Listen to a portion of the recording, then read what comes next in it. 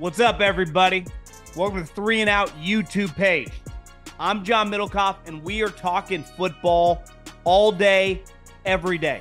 Make sure you subscribe, like the video, share it with your friends. Let's roll, baby. Okay, Middlekauff mailbag. You guys know the drill. At John Middlekauff is the Instagram. Fire in those direct messages. And we will start with Ben. In your opinion, what would be the trade value for a top coach in the league like Kyle Shanahan or Andy Reid? Coach trades have happened before, more in the past, but now are pretty much non-existent. What is your theory and the reason for this? Well, I would say the most historic trade of the last 25 years was Gruden to Tampa, and the reason he was traded because Al Davis didn't want to pay him. So most of these teams, like when you have Andy Reid or Kyle Shanahan or Sean McVay or John Harbaugh, if that guy's successful and other teams want him and he wants more money, you just give it to him, right? Andy Reid just got a huge contract extension. Last year, Kyle Shanahan got a huge contract extension. Last year, Sean McVay got a huge contract extension. You just keep your own guys. You know, Sean Payton was kind of unique it was a scenario where he was just burnt out, didn't have a quarterback, and just took a year off, deep breath, and then was like, I'm coming back. Well, they had Dennis Allen, and I think he was ready for a change, but they still had to trade for him. I don't know, that was a podcast. They still had to trade for him, right? I think they obviously gave a first last year. I think a second this year. I just don't think Andy Reid, like those coaches wouldn't be available. And I don't think we'll see a scenario where a guy with a lot of value isn't wanted by his own team. Because if you're winning, you just keep that coach. But like I said, I think the Sean Payton scenario, kind of a one-off. But if another coach, like if Kyle Shanahan was like, I need a break, took a year off, and the 49ers hire another coach and he's still under contract for several years, the same thing would take place. A couple ones. Their true value on the market, like if the Chiefs are like, we'll trade Andy Reid, several first-round picks, but it's just not going to happen. I think you go back in the history of the league, it was about money. Teams were cheaper. The league wasn't making as much money. So when you were going to give a guy at the time, what did Gruden get from Tampa? $5-6 million a year? It was because Al Davis, one, he didn't believe in paying coaches a lot of money, and two, I don't even know if he had it to pay him that much money. Good question, though. It'd be cool if more and more of that happened, but I think we're at a day and age where those days are kind of done. Who's higher on the hot seat? Daboll or Eberflus? Well, I think Eberflus just has more pressure on him this year because of the hype with the team. You get the number one pick, now you got a sweet quarterback. You won, was it 7 games last year? You improved the roster dramatically on offense, right? Yet Caleb Williams, upgrade. You add Keenan Allen. You draft Rome Odunze. Is there a scenario, if he won 10 games, and let's just say he missed the wild card because tiebreakers or whatever, I think he would keep his job. But at 9-8 and the Bears missed the playoffs, like no tiebreakers or whatever, you just needed to win 10 to get in. Probably depends how it ends. Like, does he lose the last week against the Packers to get into the playoffs? Probably gets fired. Eberflus's pressure is unique because of the pressure on the franchise. Everyone thinks the Giants are going to suck. Everybody. Probably including a lot of people around the Giants. They're not going to be very good. Their quarterback situation is a disaster. So the other thing is their ownership has fired a lot of coaches. Look at post Tom Coughlin. It's been a lot of guys in and out.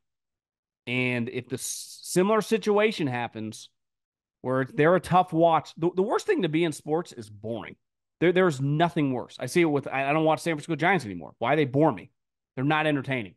Like, give me Aaron Judge, give me Soto, give me Bryce Harper. I want to be entertained. And football's tough because you wait all week, the hype, and when a season goes bad, and I did radio for the Raiders when they were awful. It's rough, man. I was in the Bay Area when the 49ers went through a rough stretch post Harbaugh, pre Kyle. When you stink, like you can be a 5 or 6 win team and unwatchable. And the hard part is the pressure in the New York market. If the Eagles are good, if the Cowboys make the playoffs again, if Washington looks like they're on the come up, there's going to be a lot of pressure there. Now, how long does Daboll, how much equity does he have from 2 years ago? Makes the playoffs, wins a playoff game. The thing with the NFL, man, not for long. Things change quick. It's like stock up, stop that, stock down. Because I thought he was like the next Bill Parcells, this chubby, tough guy. And then last year happened, which was pretty embarrassing. I'm not putting the whole Wink Martindale thing on him. Wink's a big ego guy too, but that's an embarrassing situation for the Giants. That's not, John Mara doesn't want that crap. Question for the mailbag. This might be a bit of a delayed question, but with all of the changes in NCAA sports, including NIL, and what seems to be the inevitable college football becoming privatized, why hasn't the NCAA done more to work with professional leagues and organizations to create more of a academy pipeline to help athletes be more prepared for potential professional athletics? I know the percentage of college athletes becoming pros is small, but the NCAA to become a middleman and work with the professional leagues and the universities on curriculum based around what it takes to be a pro athlete, PR, financial responsibility, social media. There are plenty of organizations who have similar professional relationships, but this could bring true value to the universities and create more sports-oriented professional careers. Would love to hear your thoughts. This may even be a vehicle for the NCAA to save face. I think the NCAA, as it becomes, much more to mimic the NFL, the NCAA is SOL. I mean, they are DOA. It's over.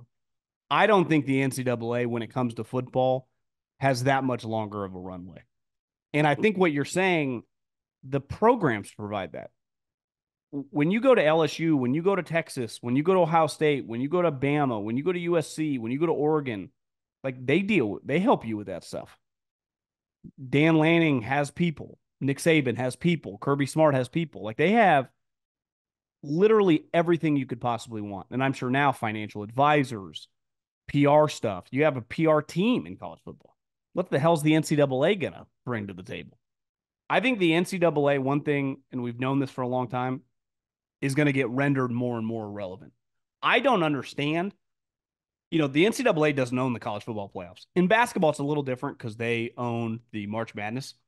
So you kind of got to play by their rules. Why does college football care about anything anyone in the NCAA says? Honestly, I don't get it at this point in time. Like last year, the situation in North Carolina with Tez Walker, who transferred like 15 times, but ultimately became eligible like in the middle of the season, and Drake May and Mac Brown were really outspoken for it. I forget what round he was drafted in, maybe the 4th or 5th. I don't know what team, but he was drafted this year. Why wouldn't they just say, yeah, we don't care, we're going to play him anyway? What are you going to do? Vacate what? We don't agree with you. You're not the government. You can't arrest me. You can't fire me. I don't understand why some of these schools, and it's probably up the food chain with the president, they don't want to deal with it.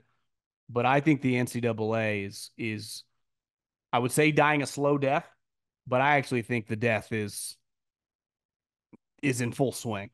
I think they're done. And like you said, all those programs and stuff, that's what these college football programs provide. And the reality is the overwhelming majority of guys on these teams are not going to have NFL careers. So the preparation's about much more than football. It's about life. And I think all the good coaches in programs provide that. Now it's on the kid to take advantage of the situation. Because if I walked into Oregon, Texas, you name it, Ole Miss, I mean, even the bad Power 5 Florida, I mean, Penn State has no offense. Every single starter thinks they're going to the league. Every single one. And every young backup thinks they're going to the league. Every single one. We know that's not the case. But while you're there, and I don't blame a kid for thinking this at 19 or 20 years old, it's hard to like diversify, your mind, but you have an opportunity to get really ahead because of all the resources provided for you at these big programs. It truly is. Hell, when I was at Fresno State in 08 and 09, and we had none of the resources compared, the avenues to help you set up for life were there in spades. So I think it's just going to be fascinating when the dam kind of breaks, but I think it's leaking water right now, and there are cracks in the cement. It just, when does it open up? When do some programs be like, yeah, we're not dealing with them anymore? We don't need them for football. Basketball is a little different. Love the show. This may be way out of left field, but with the Dolphins, if they know Tua can't get it done in the cold, would it make sense to trade for a strong on quarterback prospect for McDaniel to get the most out of the quarterback position? I don't see how his limitations get him paid. It seems unlikely they could get a top end prospect as they are too talented to be a bottom feeder. Someone like Joe Milton or Browning seems to be great for the scheme and offense talent level. What's crazy is Jake Browning, whose arm's definitely better now. In college, he probably had one of the worst arms that was, on a really, really good team. His arm was below average. It shows you like you can improve. And I wouldn't say Jake Browning now has a high end arm. The problem with this, I mean, Browning's played, so you've seen him in, I don't know how similar the Bengals and Dolphins offenses are play for play, but obviously there are some similarities. Like you've seen that guy have some success. When you trade for a Milton, that type player, you have no clue. You really don't. It's pretty rare that the backup. I mean, we've seen cases for this, right? Matt Schaub, once upon a time, was Vic's backup. Jimmy Garoppolo, Brady's backup. You see backups that get traded and then end up becoming really good starters, but it's few and far between. We've seen a lot of backups with a lot of hype, a lot like a draft pick. It's pretty risky. You do know you can win games and compete to make a wild card with Tua, but there are bigger pictures at play once you start talking about $45-50 million a year. Because that Justin Jefferson contract, the floor for Tua's contract is 100 Jared Goff's. That to me is insane. That picture of him being really skinny, jealous. I need to get what he's on. Ozempic maybe, but he looks small in that picture for sure. We are this close to crowning an NBA champ. And with action heating up on the court, it's even hotter at DraftKings Sportsbook, an official sports betting partner of the NBA. There are only so many games left, and DraftKings Sportsbook has you covered with same-game parlays, live betting, odds boost, and so much more. Don't miss out, or you'll have to wait until the next NBA season to place your bets. It's super easy for first-timers to get started. Try betting on something simple, like picking a team to win. Go to DraftKings Sportsbook app, select your squad, and place your first bet. It's that simple. New to DraftKings? Listen up. New customers can get a no-sweat bet up to $1,500. Just deposit at least $5, and you'll get a bonus bet back equal to your first bet if it doesn't hit. Download the DraftKings Sportsbook app now and use the code JOHN. That's code JOHN for new customers to get a no-sweat bet up to $1,500 if your first bet doesn't hit. Only on DraftKings. The crown is yours. Fan of the show. In your opinion, what team do you think could have a season like the Texans did last year? A team that no one thought would be good at the beginning of the year, but turned out to be must-see TV, very competitive. A few candidates, in my opinion. The Cardinals. I don't think they're even close to talented enough. The Colts and Washington. The thing I would say about the Colts is they were a dropped pass in the flat, potentially away from winning that division, and the Texans wouldn't have been in the playoffs. Like, I think the Colts are going to be good. I would expect the Colts to be a double-digit win team. Now, I don't know if they'll be better than the Texans, but they were good last year with Minshew. With Minshew or is it Flacco? Yeah, Minshew, trying to keep up with it. I guess Flacco's there now. A lot of quarterback moving chairs. I just think the Colts, most people are going to say they're going to be a solid team. The Cardinals, their division stuff, they have the least talented roster in the division. The Rams and Niners are legit squads. In Seattle, we'll have to see how the coaching change works out, but they just have a much more talented roster. Now, Kyler can freelance and make things happen, but I have a hard time seeing them be in the playoff mix. maybe a year away. They do have a lot of young players.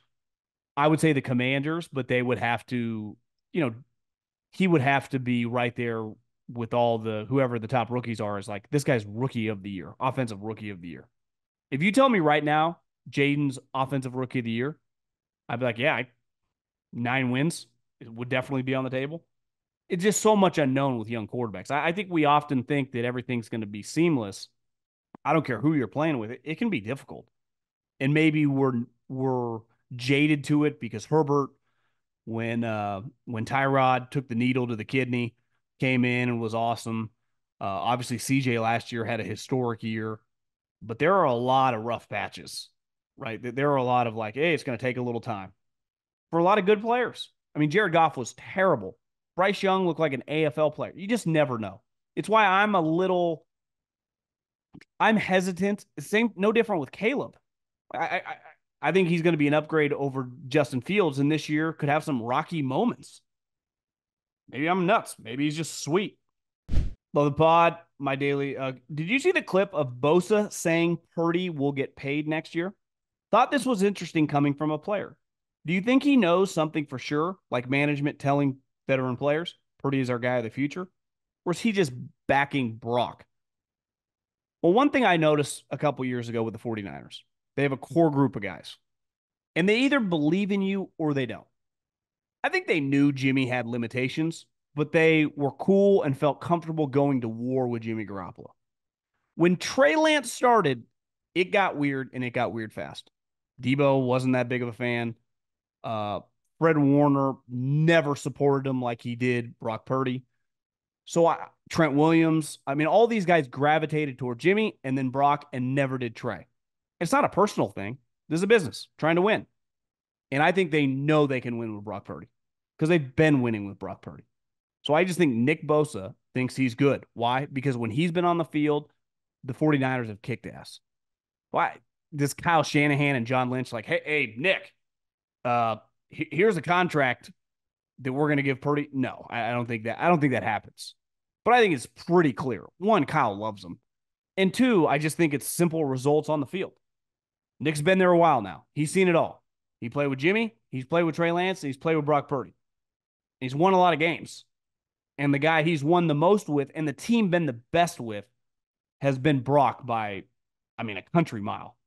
Jimmy had moments when he was a good player for the 49ers. He was definitely much more of a game manager, but he was a good starter. Brock Purdy is way better than Jimmy Garoppolo. Not even close. Throws a better deep ball, much more mobile, much more just under control.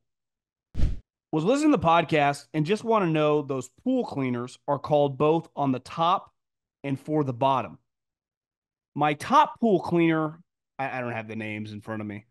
The bottom one is like the most, it's like $1,700. It was a lot of money, but my pool guy swore. He said, just buy the more expensive one. All the other ones you get for $500-$600. Just go on Amazon, type in pool cleaners, and it's a lot of money. And I was like, this is insane. But he's like, I'm telling you, the other ones will break down. This one is sweet. The top one, type it into Amazon. I think Beretta maybe is the name of the company. It's solar panel. So you just put it in the back of your pool. You never touch it. It just runs on sunlight all night long too, because it gets so much during the day. It's pretty damn good. I've been very impressed. Even though I dropped the little bucket because there were a bunch of bees in it and I didn't want to get it on my hand. So I kind of held it over the fence, which behind is like kind of a wash to the street. But there's a decent amount of over like a 10-foot kind of wall, retaining wall, I guess they call it in the construction business. And a bee was falling on my hands. I thought I was going to get stung, and I let go, and I had to scoop it up. It took me about an hour. But I swear by this thing. It is good. And luckily, I still had the manual pool cleaner because I used that thing to sweep it. Thought I was going to get stung because they say, I don't know if this is true or not, that even a dead bee can sting you. I've been stung by a couple bees, and I don't know if I'm allergic, but I remember last time I stung, I looked like I got shot. Why doesn't a coach like Kevin Stefanski, that's clearly a good coach, but in a bad situation, leave for a better opening when their contract expires? Like the Chargers or the Bears openings last year. Well, obviously the Chargers won't you take Jim Harbaugh over Stefanski. I think here's the problem. Like anyone in any business, when you're in a contract and you're making a lot of money, and Stefanski, I don't know exactly how much he makes, but let's just pick he makes $8 million a year, maybe nine. I think he got a contract, maybe $9 million. If you have 2 years left on your deal, like I'll play this out and I'll become a free agent. What if it goes poorly? What if it doesn't go well? So when they go, hey, we're paying you eight. Here's a 3 year, $30 million contract extension. So you will guaranteed make money for the next 5 years, whether you win another game or not. I just think it's very hard to turn that down. No one ever does. You're not guaranteed anything in the NFL. It is a bizarre situation, right? The Deshaun Watson, now Vrabel works there. Stefanski's clearly a really impressive guy. He's a good coach. I Browns fans probably think I'm a hater. I'm not. I like Stefanski. I think the GM has done a good job.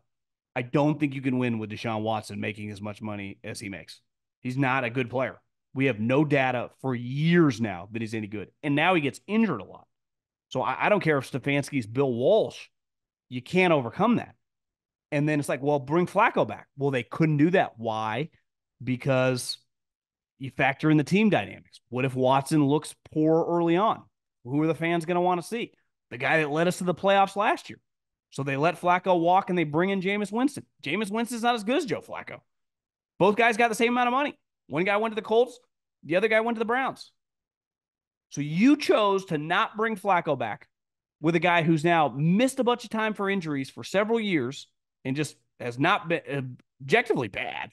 He's had one good half, really, in his Browns career because you were worried about what I would consider the inevitable. Browns fans like, hey, give it time. Okay. But you didn't even want to deal with that. And in fairness, you've given him all this money and he's guaranteed all this cash. It's probably not worth it. But people have asked me before, like, what would be the hook on him in the sense of like, when would you go to the bullpen if it's not going well? I think you're all in. I think it has to get really bad. He's getting this year to sink the ship. Like if he's just a bad player and you win 7, 8 games because he's average. And it's easy to see in the AFC, especially in his division. Think about the quarterbacks you're playing. Like you guys know, like you know what looks good and what doesn't look good. And what you invested in this guy and traded for him, it hasn't been remotely close. You didn't think you were getting Patrick Mahomes, but you thought you were getting like a Pro Bowl level guy. Love the pod. I actually switched to an iPhone just to make it easier to access your content. What kind of phone you had? Would you have a Samsung?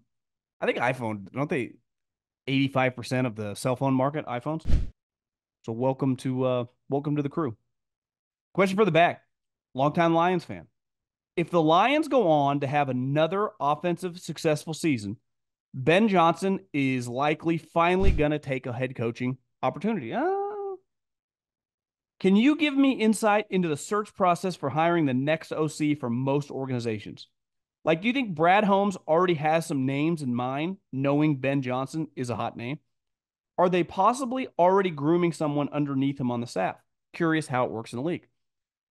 Well, big picture, I would not feel. You're always worried because if a coordinator dominates, which he has now for a while, he's always going to be in the mix. I do think that press conference and what happened last year with Washington and 2 years ago, the interview cycling, I think there are some weird vibes about him as a head coach. Fantastic coordinator. Awesome for you guys. Like, you guys benefit from this. I do not think he's a lock, even if you have the same exact season, to become a head coach.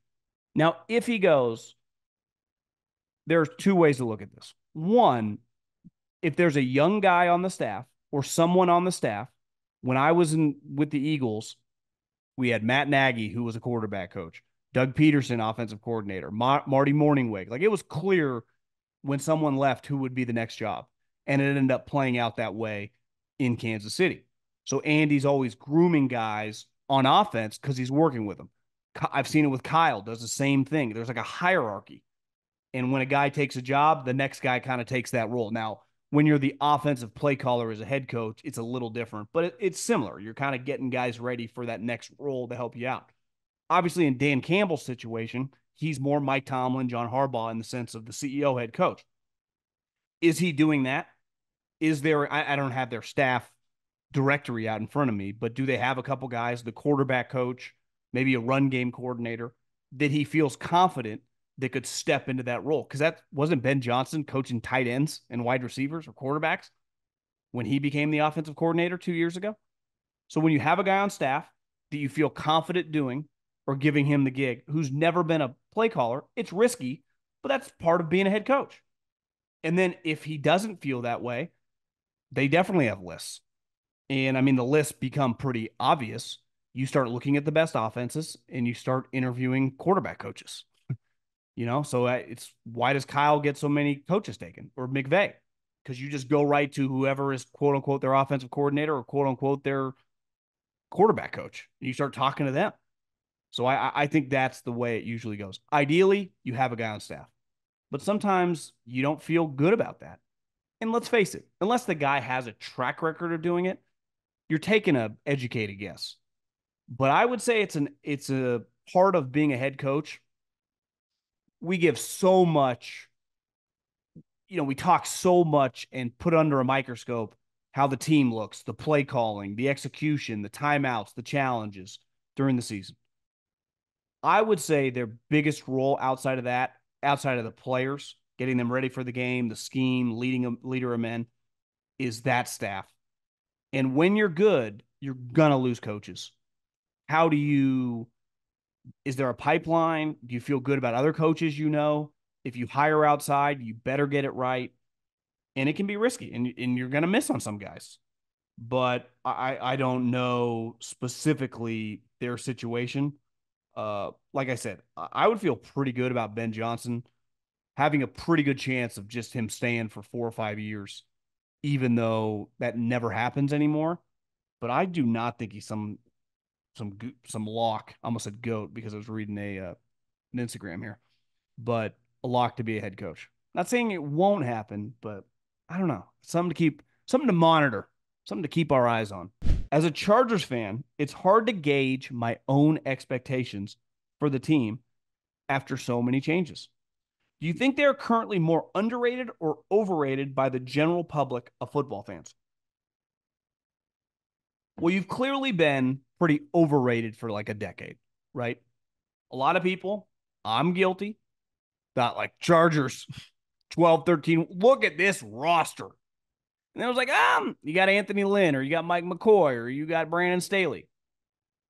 Your roster's not as good as 5 years ago, but your coach is, borderline elite. He has consistently won and won big everywhere he's been.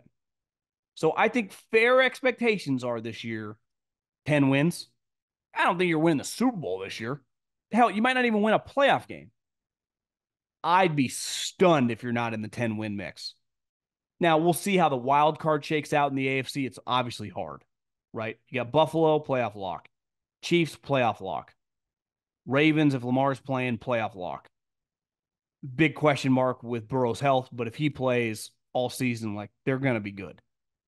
The Texans or the Jags or the Colts, you're getting a playoff team there.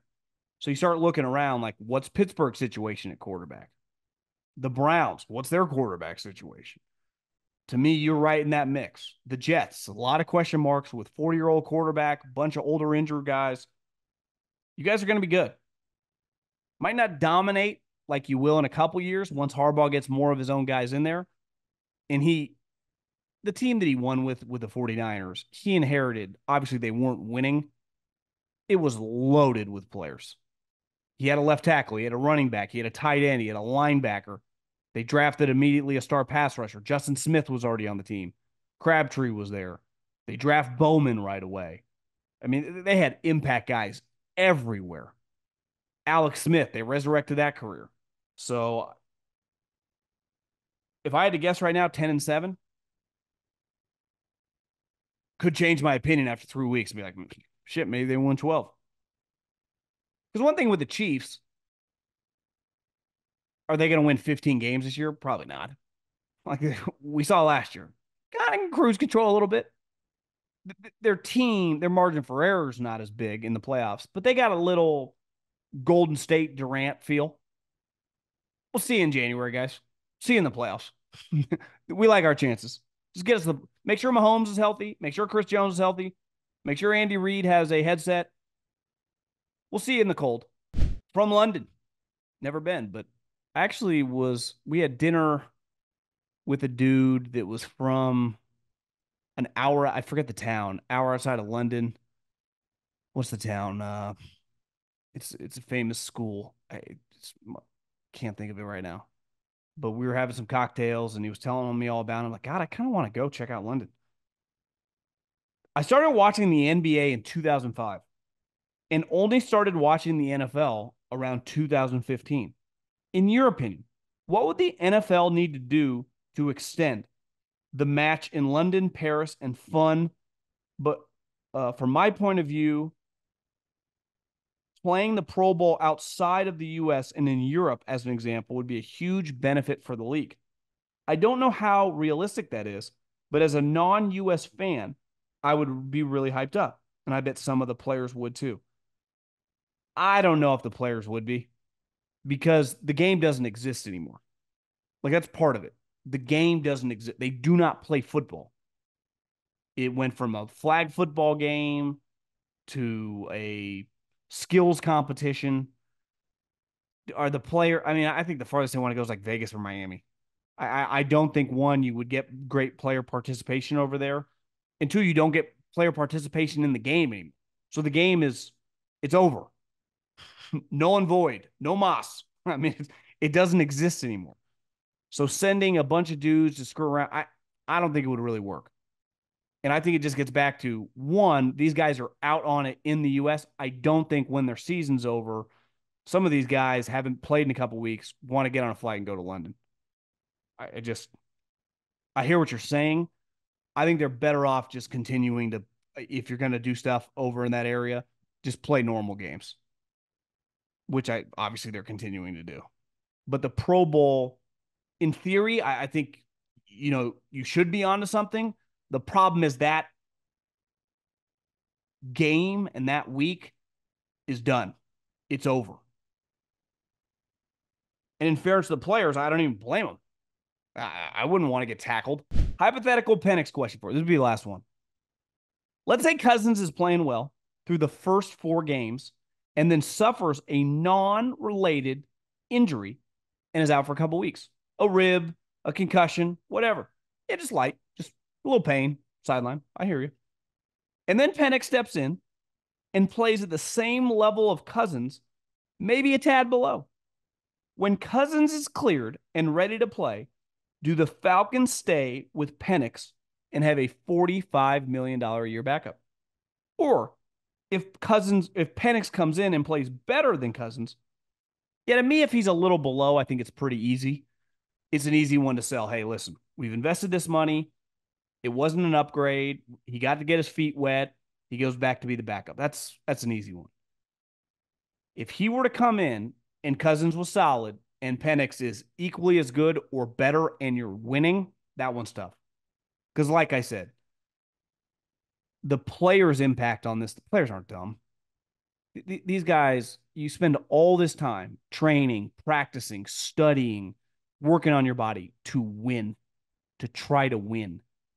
And whoever gives you the best chance to win, no one cares.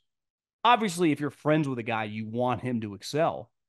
But there have been a lot of dudes that have played professional sports that your friend's struggling, and the backup, even if you're not buddies with them, gives you a better chance to win. You want that guy to play. And I just think the natural, the age gap is going to work against Cousins if it doesn't go well. They have a young team, especially on offense. A lot of young skill guys. Who's more likely to be friends with those guys by the end of training camp? Eating dinners, hanging out with their girlfriends, doing whatever young people do, playing video games, you name it. Penix or Cousins with several kids. I mean, I think it's fair to, I'm not saying Cousins won't try. You just gravitate when you're younger to someone younger than 10, 15 years older than you. Like if you're Bijan Robinson, who are you going to have more in common with? Michael Penix or Kirk Cousins?